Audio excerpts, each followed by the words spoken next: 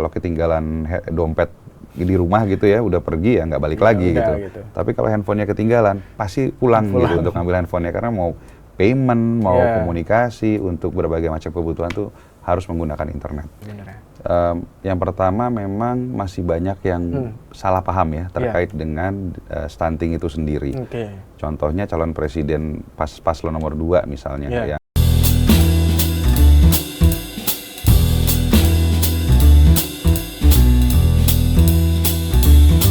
Kopdar lagi di Kopi Partai, Ngopi Kuy. Hari ini gue kedatangan salah satu tokoh penting di PDI Perjuangan. Ini kalau yang sering baca-baca berita pasti nggak asing lah dengan nama Bang Charles Honoris. Selamat datang Bang di Kopi Partai. Terima kasih Mas Hasan, senang hadir di sini.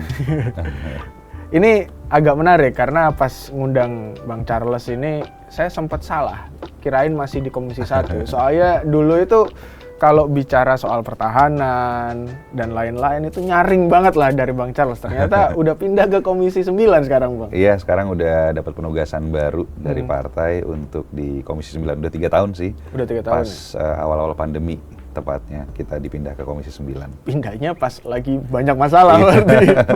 Makanya pas waktu itu teman-teman di komisi lain rapatnya dari rumah, kita masih rapat di DPR karena harus membahas berbagai masalah yang berkaitan dengan pandemi COVID-19.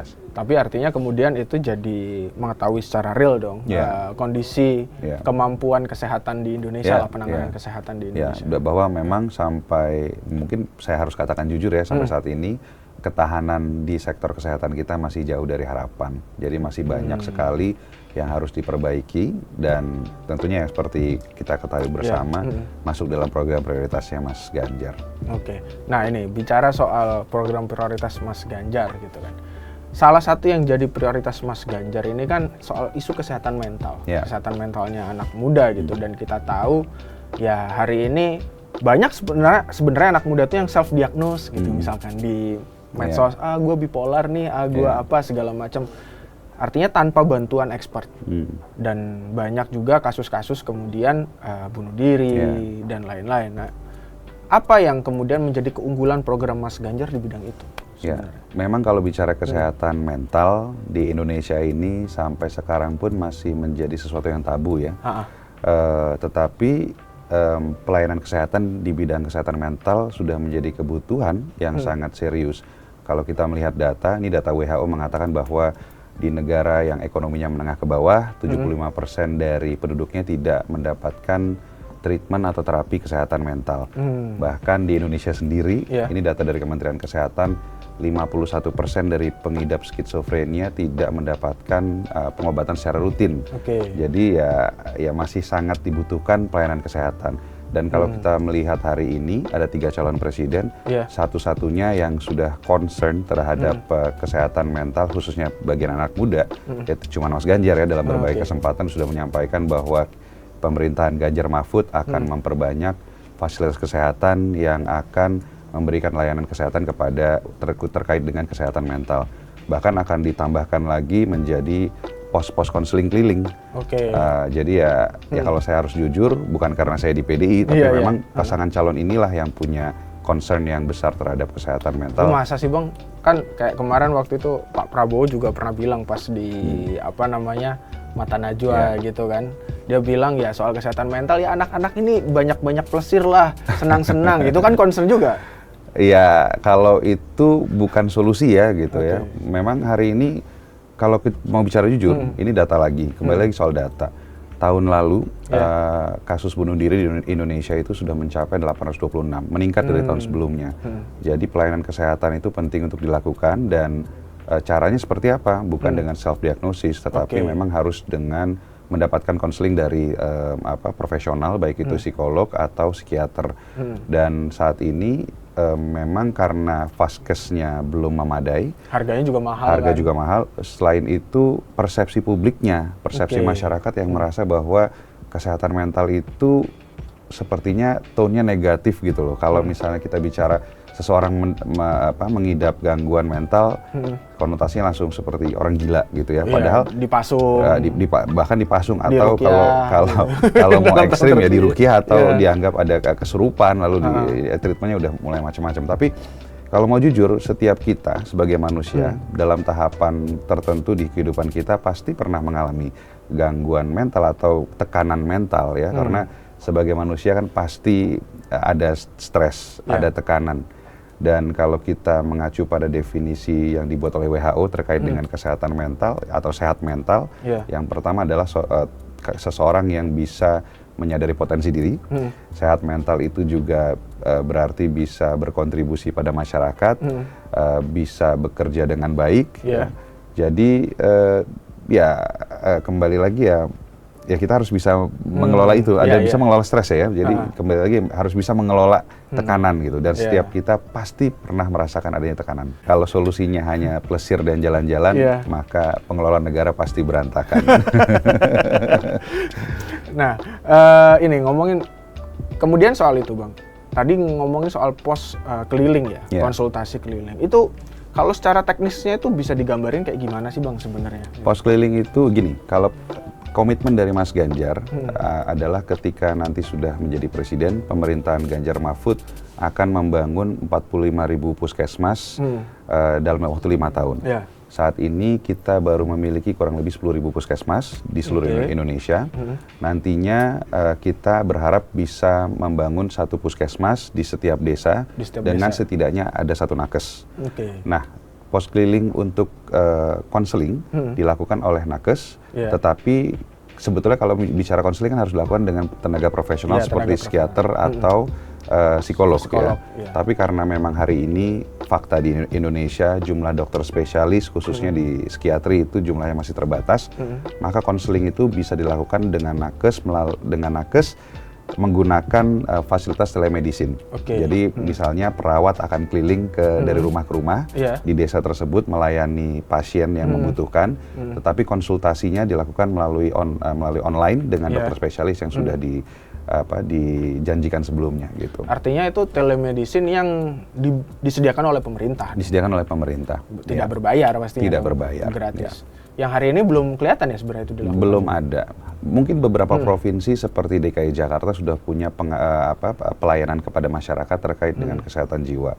Tetapi mayoritas kabupaten kota, provinsi di Indonesia masih belum. Gitu.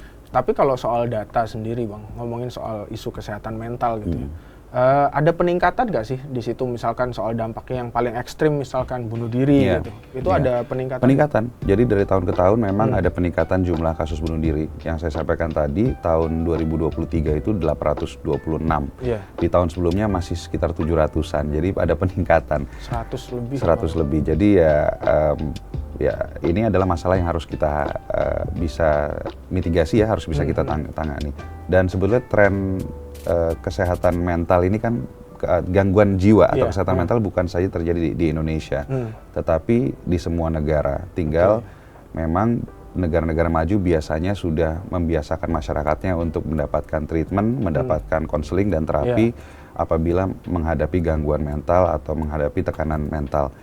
Nah, seperti yang saya sampaikan tadi di awal, data WHO menunjukkan bahwa di negara-negara yang ekonominya menengah ke bawah, 75% tidak mendapatkan treatment, tidak mendapatkan terapi sama sekali gitu. Jadi ini mungkin termasuk di Indonesia. Artinya ini kesinambungan antara kondisi ekonomi, kondisi sosial, terus kemudian dengan kondisi kesehatan mental. Dan sebetulnya prioritas pemerintah, ya selama ini memang prioritas pemerintah di Indonesia belum melihat bahwa kesehatan mental adalah salah satu bidang yang harus ditangani dengan serius gitu. Ya, termasuk mungkin dikarenakan oleh persepsi publik yang berkembang selama ini bahwa ketika seseorang dikatakan mengalami gangguan jiwa itu sudah disamakan dengan kata gila ya kan. Padahal kalau kita bicara gangguan jiwa itu kan tahapannya banyak ya. Gangguan jiwa ringan yang merupakan misalnya stres ya, itu banyak lah yang biasa aja gitu kan, ya. atau gangguan jiwa berat yang bisa dianggap misalnya penyakit seperti skizofrenia dan lain-lain. Nah, tadi ngomongin soal pakai telemedicine gitu. Kemudian, tapi hari ini kan nyatanya masih banyak blank spot.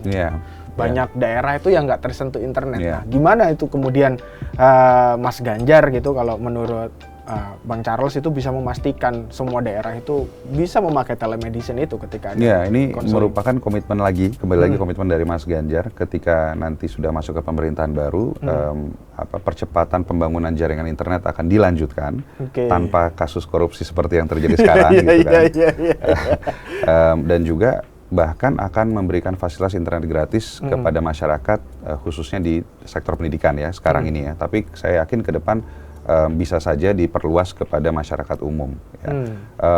Bahkan kalau menurut saya bisa saja di balai-balai desa atau di pusat keramaian di masing-masing desa diberikan wifi gratis sehingga masyarakat bisa menikmati internet gratis di wilayah masing-masing, sehingga tidak gini, karena hari ini akses internet adalah salah satu kebutuhan yang cukup penting bagi masyarakat. Betul. Bahkan kalau kita ngobrol dengan ya masyarakat pada umumnya ya, kalau ketinggalan dompet di rumah gitu ya, udah pergi ya nggak balik lagi gitu. Tapi kalau handphonenya ketinggalan, pasti pulang gitu untuk ngambil handphonenya, karena mau payment, mau komunikasi, untuk berbagai macam kebutuhan tuh harus menggunakan internet. Jadi kalau ke depan ya pasti pemerintahan Mas Ganjar sesuai dengan komitmen yang sudah disampaikan berkali-kali, pembangunan atau pemerataan akses internet akan menjadi prioritas utama. Oke, jadi sudah ada kesinambungan lah ya antara satu program dengan program yang lain itu. Kalau nggak gitu, Mas Ganjar juga nggak mungkin berani menjanjikan akses pelayanan kesehatan menggunakan telemedicine gitu kan. Jadi ini adalah suatu kesinambungan. Iya, karena kalau janji yang satu tapi tidak ditopang yang satu, nggak jalan yang satunya juga. Nah ini, saya tuh pernah baca gitu, kemudian salah satu penelitian gitu, bahwa kesehatan mental ini ternyata juga ngaruh ke stunting.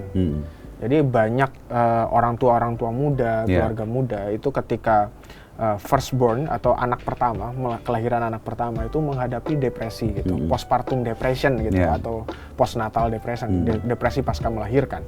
Yang dampaknya adalah mereka detach dengan bayinya gitu kan, mereka agak berjarak dengan anaknya, nggak mau ASI eksklusif dan lain-lain kayak gitu. Nah, yang kayak begini nih apakah juga sudah menjadi perhatian dari Mas Ganjar sebenarnya? Yang pertama memang masih banyak yang salah paham ya terkait dengan stunting itu sendiri. Contohnya calon presiden paslon nomor 2 misalnya yang memberikan solusi makan siang gratis 450 T lagi anggarannya per tahun ya kan. Untuk penanganan masalah stunting. Stunting itu penanganannya harus dilakukan di 1000 hari pertama kehidupan sejak masa kehamilan. Jadi kalau sudah lewat 2 tahun, biasanya kalau kita ngobrol dengan profesor-profesor, dengan dokter-dokter gitu kan, kalau udah di atas 2 tahun udah hampir nggak bisa diapa-apain ya gitu. Jadi udah gone case. Penanganan itu harus dilakukan ketika ibu baru hamil, bahkan sebelum ibu merencanakan untuk hamil. Ya. Jadi ketika mau menikah atau sudah menikah tetapi belum hamil, dicek kesehatannya, diukur lingkar lengannya. Kalau kurang darah diberikan suplemen penambah darah. Nah, ketika kehamilan si ibu juga harus diberikan nutrisi yang cukup. Asam sulfat atau folat, ya benar. Diberikan suplemen asam folat ya. Dan juga memastikan bahwa ada konsumsi protein yang memadai sehingga ketika lahir anaknya dalam kondisi yang baik. Setelah lahir dalam 2 tahun pertama ini harus diperhatikan baik itu nutrisinya, asupan ASI eksklusif selama 2 tahun, di atas 6 bulan diberikan MPASI yang mengandung banyak protein hewani. Selain itu tentunya lingkungan. Lingkungannya juga harus baik, bersih, sanitasinya baik, karena penyebab stunting itu tidak sekedar hanya karena gizi buruk, tetapi juga termasuk tadi ya, kesehatan jiwa atau ada stres dari depresi dari ibunya yang tidak mau memberikan susu kepada anaknya, lalu kondisi sanitasi yang buruk di lingkungannya sehingga penyakit banyak di sekitarnya. Kalau anaknya itu biasanya sering diare atau sering terkena ISPA, kondisinya memungkinkan untuk menjadi stunting. Lalu juga pola asuh, apalagi di kota-kota besar sekarang ini dengan orang-orang tua yang kena di gadgetnya lama gitu ya, sibuk scrolling, nggak ngurusin anaknya gitu kan. Yang waktu itu diingetin sama Bu Mega tuh, ibu-ibu itu jangan terlalu banyak main gadget sampai anaknya ditelantarin katanya. Tapi itu bener gitu. Jadi itu terjadi, khususnya di kota-kota seperti Jakarta gitu ya. Kita menemukan ternyata kok anak stunting itu tidak hanya terjadi di yang kondisi ekonominya menengah ke bawah, kondisi ekonominya baik pun ya karena salah asuh, ibunya sibuk main gadget, gak ngurusin anaknya, ternyata anaknya bisa juga terkena stunting.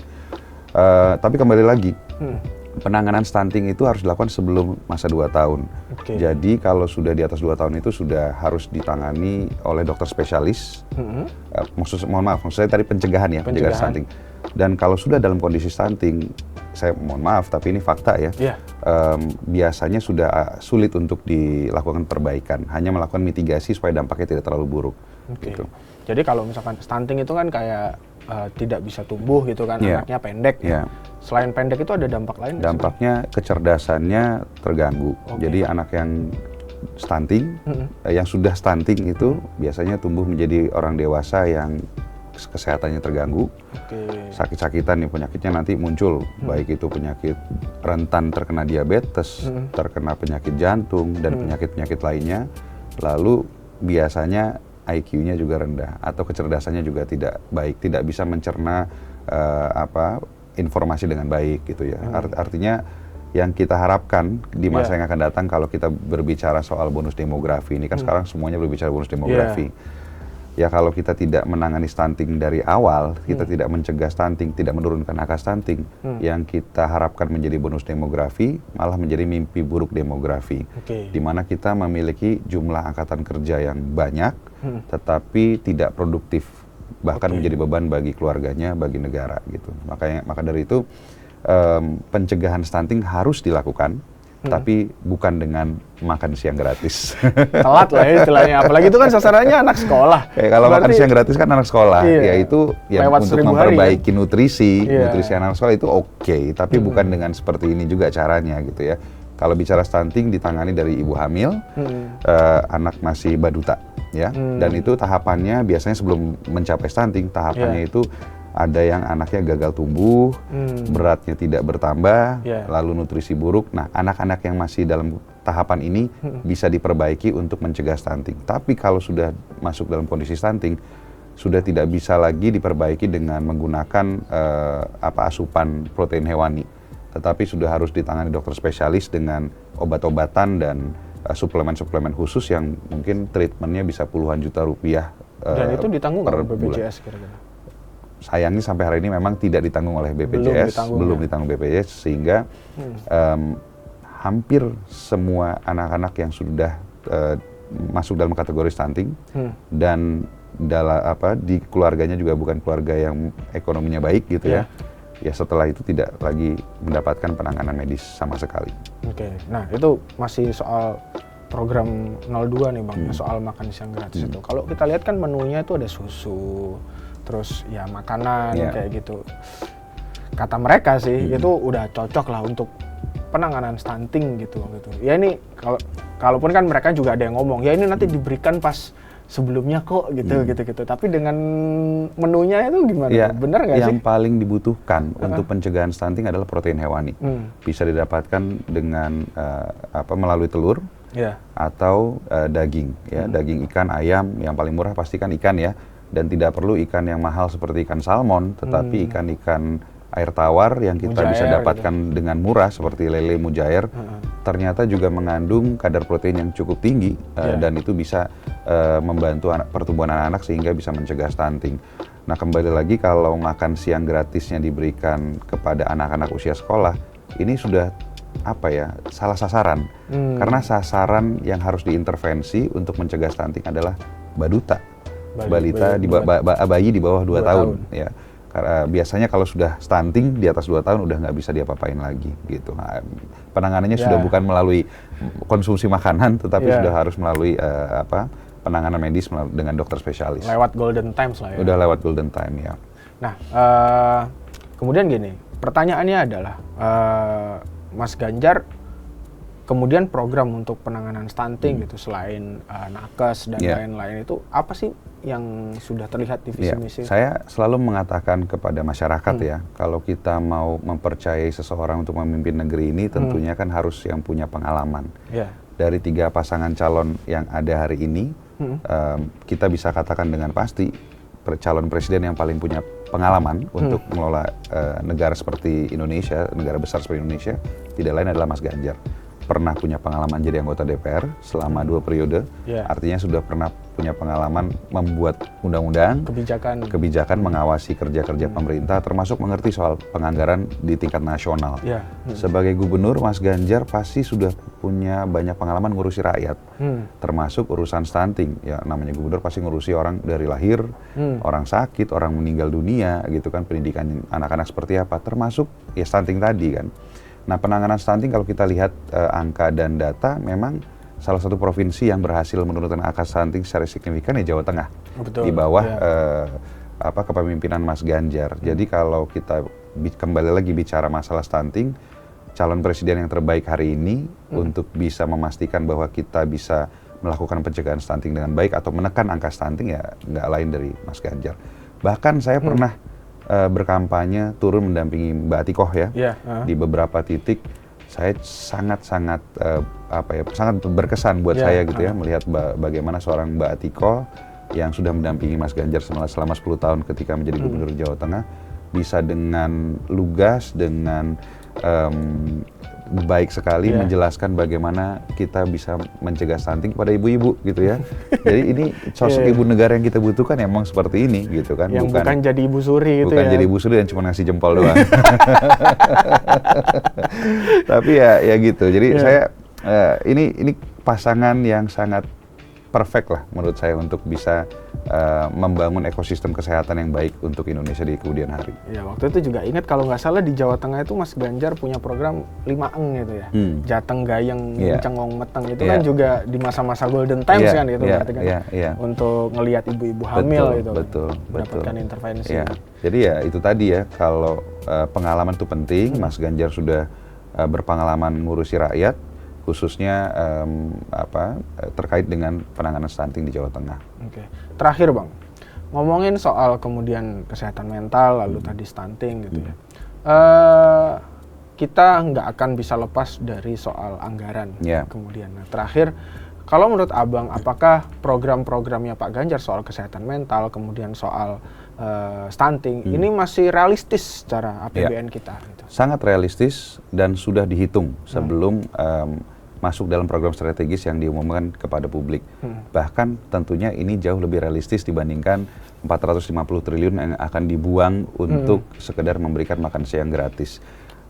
Apalagi kita memiliki calon wakil presiden yang dikenal punya integritas tinggi, pendekar hukum yang anti korupsi. Jadi kalau kita bisa mengurangi angka korupsi atau memberantas korupsi di pemerintahan yang akan datang, tentunya anggaran yang ada akan lebih tepat sasaran dan kita akan bisa membangun ekosistem yang baik khususnya di bidang kesehatan. Oke, thank you Bang Charles. Makasih. Udah kopdar di Kopi Partai, kita seruput thank dulu. Udah agak dingin nih kayaknya.